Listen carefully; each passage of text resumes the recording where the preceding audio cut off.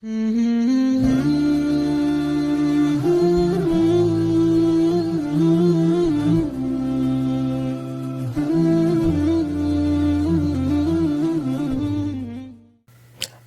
alaikum. Welcome back to the Fabricated Azadari Rituals. If you listened to our previous episode and accepted the textual reality of what was presented, you're likely feeling a profound sense of isolation right now. Because we proved, using the most authentic primary texts, that the Infallible Imams explicitly commanded us to mourn the tragedy of Ashura in absolute privacy. They commanded us to retreat into our homes, to avoid the public sphere, and to manifest our grief strictly behind closed doors. But when you look outside, you see the exact opposite. You're looking at a sociological mountain. You live in a world where 99.9% of the global Shia community has normalized the massive, public street processions. To the common Shia on the street today, the call to mourn privately doesn't just sound wrong, it sounds heretical. It sounds utterly ridiculous. The psychological pressure to conform to the crowd is immense. And staying home feels like an abandonment of Imam Hussain. This brings us to the core, inescapable question of this episode. If the commands of the Imams are so explicitly in favor of absolute privacy, how do the modern rationalist, Usuli scholars, and the masses justify defying these commands and taking to the streets? If you were to stop a Shia on the street today during a procession and ask them for their textual evidence, they will not quote the Imams. Instead, you will be hit with a barrage of emotional defenses, political slogans, and cultural justifications. Today, we are going to dismantle that exact framework. We will dissect the theological, the emotional, and the political excuses used by the rationalist establishment to justify the public spectacle. And we will prove that every single one of their justifications is built entirely on human emotion, cultural invention, and linguistic manipulation, rather than the pure, unadulterated text of the al-Bayt.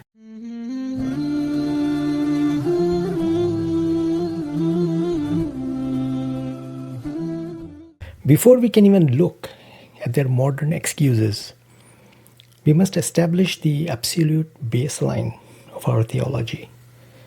The crisis of the modern rationalist mindset is that it has confused emotional creativity with religious obedience.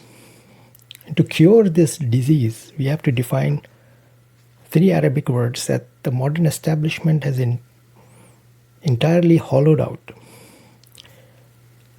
The words are abd, Ita'at, and Shia. First, what does it truly mean to be an abd, a bondsman or a slave of Allah? In the modern secularized mindset, religion is treated as a canvas for self-expression. People believe that they can invent new ways to show their devotion. But an abd is not a free agent. A slave does not have the jurisdiction to invent duties to please his master.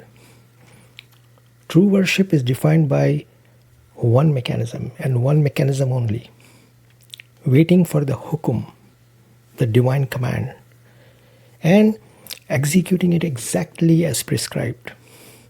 An abd does not fall short, and crucially, an abd does not overstep the boundary. If the master did not issue an instruction, the abd does not move. Second, this brings us to the concept of Ita'at, absolute obedience. Obedience is not doing what you feel is right in your heart. Obedience is surrendering your intellect and your emotions entirely to the explicit amr, the instructions of the infallible guides. And finally, this defines the very word we use for ourselves, Shia. What is a Shia? Lexically and theologically, a Shia is a follower. And a follower is someone who physically places his feet in the exact footsteps of his guide. If the guide walks, the follower walks. And most importantly, if the guide stops, the follower stops.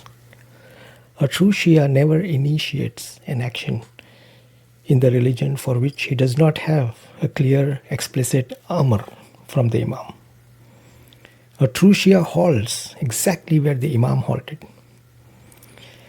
The modern rationalist establishment operates on the illusion of volume.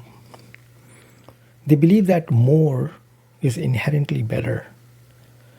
They look at 1,000,000 people marching on the streets with massive flags, synchronized chest beating and elaborate props, and they believe that this massive volume of action must equal a massive religious achievement. But open Usul al-Kafi, Volume 1, Chapter 19, Hadith 12, and listen to what the Infallible Imam says, which absolutely crushes the illusion of volume. The Imam states that a little action within the Sunnah is better than a lot of action in Bid'ah. Meaning that little action but staying inside the Sunnah or in the confines of the Sunnah is better than doing more actions and risking following into Bid'ah. Mourning quietly alone in a private room, completely hidden from the world, this is the little action.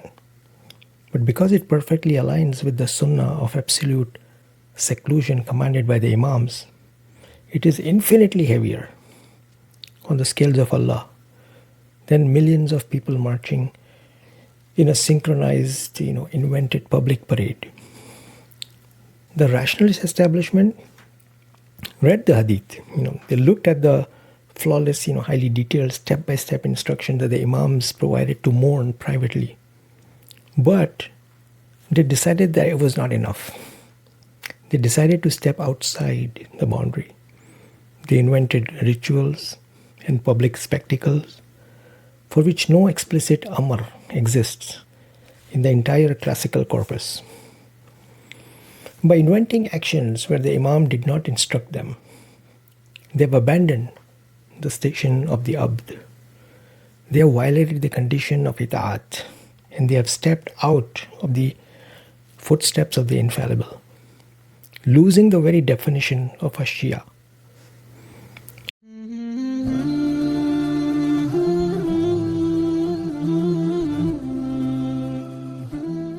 When you confront the modern rationalist establishment with the undeniable classical commands for private mourning, their first line of defense is not a hadith. It is a specific, highly manipulated verse from the Quran.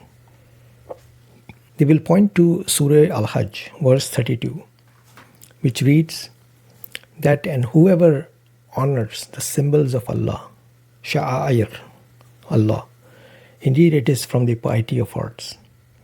This single verse has been weaponized by modern speakers to serve as a blank check.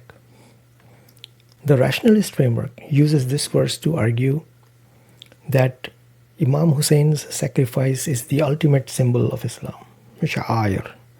Therefore, anything we do to remember him, carrying massive flags, organizing street protests, synchronized circular chest beating, all of this becomes a symbol of Allah And since symbols must be visible to the public, so mourning must be public. Let us dismantle this deception using the strict text-first methodology of the al-Bayt.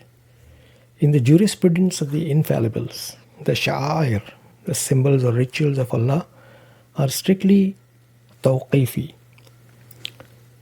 This means they are entirely and exclusively divinely ordained.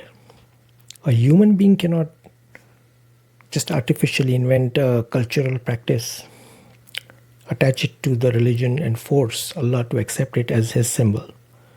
Only Allah has the authority to designate what his symbols are. So how does the Quran define its own symbols? It does so explicitly in two other verses. In Surah Al-Baqarah, verse 158, Allah states, indeed, As-Safa and Al-Marwa are among the symbols of Allah, Sha'a'ir. And in Surah Al-Hajj, verse 36, Allah states, and the sacrificial camels and cattle we have appointed for you as among the symbols of Allah, Sha'a'ir of Allah. When you open classical, authentic exegesis of the Shia, you realize just how severely the rationalist pulpit has distorted this concept. In Tafsir al-Qummi, one of the most foundational early texts, the commentary on Surah Al-Hajj, verse 32, restricts the physical application of honoring the symbols entirely to the rites of Hajj. And it specifically refers to the act of bringing physically healthy, unblemished, and fattened animals for the sacrifice at Mina. But what about the batin, the esoteric interpretation of the Quran? When we look beyond the physical rites of Hajj, how do the Imams interpret the rituals and symbols of Allah? They do not point to man-made props. They do not point to cultural parades. They point directly to themselves. Let's look at the classical exegesis of this verse transmitted by Muhammad bin al-Abbas, where Imam Musa al-Kazim narrates from his father Imam Ja'far as-Sadiq alayhi salam. The Imam explicitly defines what the ultimate ritual of Allah is. He is the Imam for every community after its prophet, until a prophet comes across him.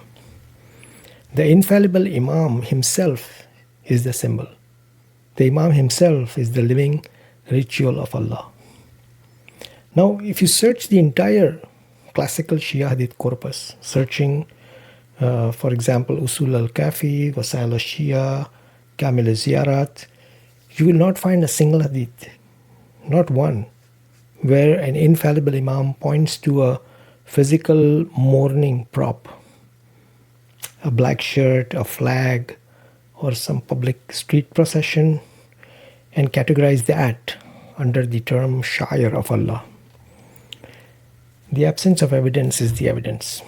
The rationalist establishment has taken a Quranic term that applies strictly to the divinely legislated rites of Hajj on the exoteric level, and to the infallible Imam on the esoteric level. And they have hijacked it. They have arbitrarily applied it to their own human cultural inventions to give them a false divine legitimacy. Using this verse to justify marching in the streets is not piety. It is legislative overreach.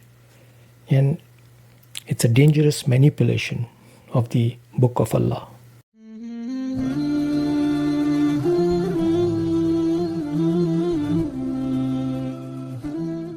When the textual argument of Sha'a'ir collapses, the rationalist establishment immediately pivots from jurisprudence to raw emotion.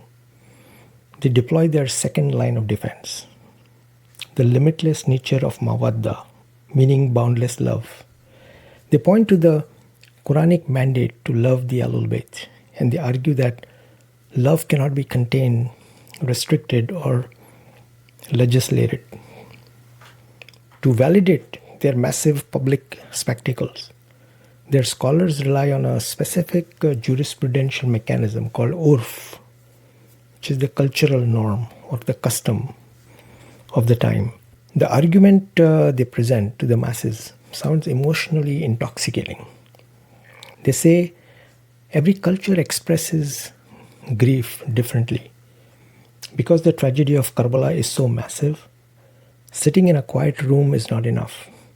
Therefore, whatever urf or cultural method a society uses to express its heartbreak for Imam Hussain, whether it is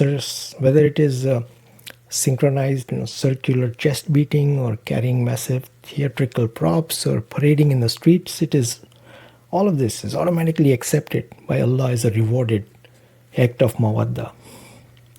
But this is a catastrophic theological trap. By elevating urf to the level of divine legislation, they have created a backdoor for infinite religious innovation. If human culture dictates the boundaries of grief, then religion mutates into an unrecognizable cultural festival. What stops any society from inventing entirely new, bizarre, or extreme practices tomorrow and simply labeling them as their local urf? The moment you allow human custom to define the method of worship, you have replaced the infallible imam with the local cultural committee. Furthermore, this argument fundamentally misunderstands the nature of love in the theology of the al-Bayt. True Mawaddah is not chaotic, unchecked, emotional expression. True love is absolute submission to the beloved's commands. You cannot claim to love the Imam while simultaneously ignoring his explicit instructions. If you truly love the Imam, you obey the Imam. As we established in our previous episode, the Imam did not leave us without a blueprint. They gave highly detailed instructions on how to mourn. The Imam commanded the Shia to go where no one can see you.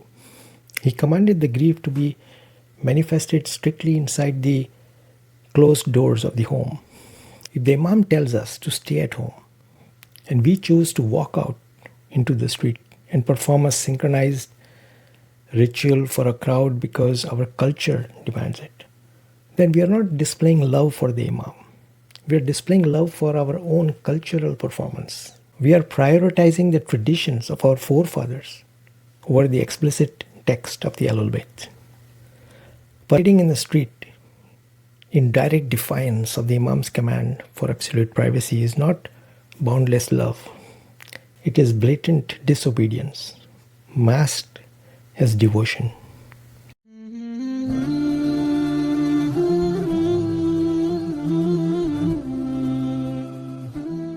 When the emotional defense of culture and limitless love is exposed as a gateway to innovation, the rationalist establishment reaches for a highly modernized, Western-influenced justification, the Dawah campaign. And you will frequently hear them argue that street processions are necessary public relations tools. They print "Who is Hussain" on massive banners, hand out flyers, distribute water bottles to non-Muslims on secular sidewalks in cities like London, Toronto, or New York. Their justification is purely utilitarian. They claim that if we stay confined inside our houses, the world will never know about the sacrifice of Karbala. They frame the public spectacle as an outreach program designed to attract and convert the masses. This approach fundamentally cheapens the reality of the Imam's sacrifice, transforming the supreme cosmic tragedy of the al-Bayt into a modern marketing campaign. In the classical theology of the al-Bayt, the grief of Karbala is not a promotional tool. It is a sacred esoteric trust and amanat. It is an intimate bond between the creator, the infallible guide, and the true believer. Because the Imams never commanded us to market their tragedy to a confused secular audience.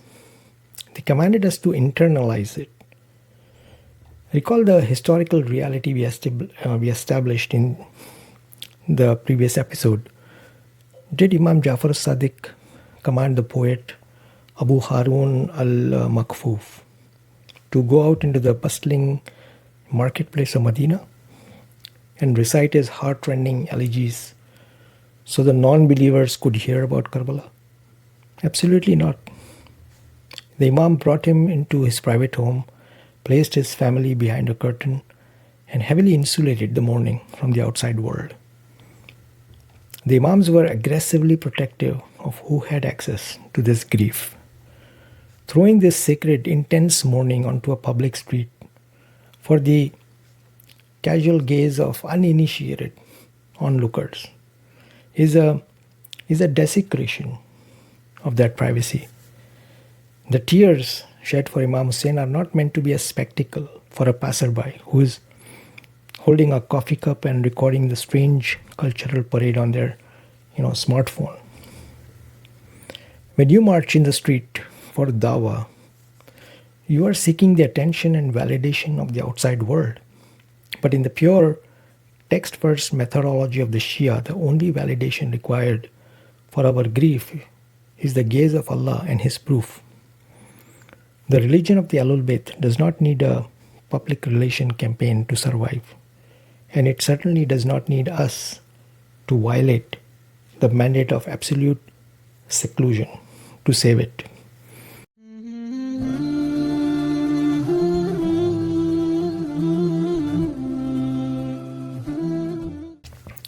If the Dawah argument fails to convince the strictly religious, the rationalist establishment deploys its most aggressive and emotionally volatile justification: the political protest. Particularly over the last century, the mourning of Ashura has been heavily politicized. The modern pulpits preach that Karbala was not just a cosmic, metaphysical tragedy, but was a permanent political revolution. Their scholars and activists will say, we are victims of oppression, and Imam Hussain stood for justice against the oppressors of his time. So that's why we're marching to protest the oppressors of our time. So we must take to the streets to send a message to the modern tyrants, the modern Yazids of this world. To stay home in private is an act of cowardice and it's a submission to injustice. This is perhaps the most dangerous deception of all, because it sounds incredibly heroic. But in reality, it is a modern 20th century political ideology artificially grafted into classical Shiaism. To expose this illusion, we only need to look at the historical precedent set by the Infallibles themselves. The Imams of the al-Bayt did not live in peaceful democracies. They lived under the absolute, most brutal, bloodthirsty tyrants in Islamic history, the despots of the Umayyad and the Abbasid empires. And if Ashura was meant to be a political protest, and if the grief of Karbala was designed to be a weapon wielded against the state, the Imams would have been the first to wield it. Did Imam Jafar Sadiq organize a march on the 10th of Muharram to send a message to the Abbasid Khalif al-Mansur? Did Imam Musa al-Kazim use the tragedy of his grandfather to rally the masses against Harun al-Rashid? Absolutely not. They did the exact opposite. They entirely divorced the mourning of Imam Hussain from political activism. And as we established in our previous episodes, the Imams commanded strict political passivity, absolute silence, and heavy taqiyya during the era of the occultation. They explicitly forbade the Shia from raising banners or agitating the state before the rise of Al-Qaim. The rationalist establishment has taken the sacred, heart-shattering grief of Karbala and reduced it to a cheap political rally. By weaponizing the name of Imam Hussain to fight modern tyrants and geopolitical battles, they are directly violating the explicit political framework of the al-Bayt.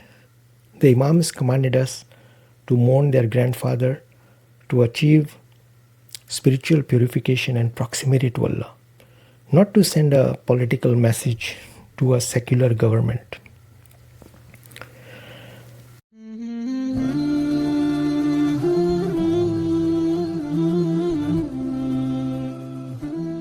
When every other justification has been stripped away, when the misuse of Sha'a'ir is exposed, when the cult of the Urf is dismantled, and when the Dawah and the political protest arguments are shattered, the rationalist establishment is left with one final desperate defense. And it is a defense built entirely on sociological fear and on geographic arrogance. First, they will attempt to geographically invalidate the commands of the Imams. They will argue that the Imams commanded taqiyya and hiding because they lived under oppressive caliphates. But we live in the West. We live in London, Toronto, or Houston. We have freedom of speech. And the police escort our processions. So we are perfectly safe. So taqiyya has expired. This exposes a fundamental ignorance of classical jurisprudence. As we established in our earlier episodes, the era of the occultation is the era of taqiyya. The Imams did not attach a geographic expiration date to this mandate. Taqiyya is not merely a situational tool for physical survival. It is the absolute religion of Allah, designed to protect the esoteric, the sacred core of the faith from public vulgarization, means make something publicly known. The secular freedom provided by a modern Western democracy does not give a fallible scholar or a community the jurisdiction to suspend a divine infallible mandate. Second, they will weaponize fear. The rationalist pulpits will tell the masses that if we stop the street processions, if we close down the massive Imam Bargas, the next generation of youth will forget Karbala. The religion will die out. Or we have to march to save the mourning of Imam Hussain. Take a moment to absorb the sheer breathtaking arrogance of this claim. How did the mourning of Imam Hussain survive the darkest, most brutal, blood-soaked centuries of the Umayyad and Abbasid dynasties? It did not survive because the Shia marched on the streets. It survived precisely because the Imams engineered a brilliant, impenetrable domestic blueprint. It survived because it was an internal private fire, passed from father to son, from mother to daughter, behind closed doors and behind drawn curtains. The state could not see it, the state could not monitor it, and therefore the state could not extinguish it. To stand on a pulpit today and claim that we must march in the streets to save the religion is to claim that we know better than the infallible Imams on how to preserve their own legacy. It is the height of hubris to believe that human cultural inventions are required to rescue the divine religion of Allah. The religion does not need our street procession to survive. It requires our obedience.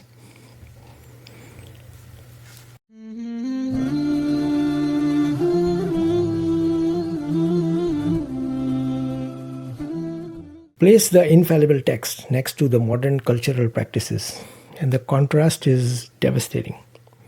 Every single excuse used to justify the massive public spectacle relies on human logic, cultural norms, or modern political theory, and on emotional desires. The rationalist establishment has manipulated the Quran, the Quranic concept of Sha'a'ir. They've elevated human urf above divine legislation. They've transformed sacred grief into a dawah or a marketing campaign. And they've reduced the cosmic tragedy, Karbala, into a modern political protest. None of it, absolutely none of it, relies on the explicit commands of the Imams. True love for Imam Hussain is not measured by the volume of a crowd, the size of a flag, or the synchronized rhythm of circular chest beating. True love is measured by Ita'at, absolute obedience. If we want to claim the title of a true Shia, we must return to the station of the Abd. We must stop where the Imam stopped. Drop the props, leave the public streets, silence the political slogans, close our doors, draw the curtains, and return the mourning of Imam Hussain to the pure, safe, and heavily guarded sanctuary of the home. Thank you for listening. Ma'as salam.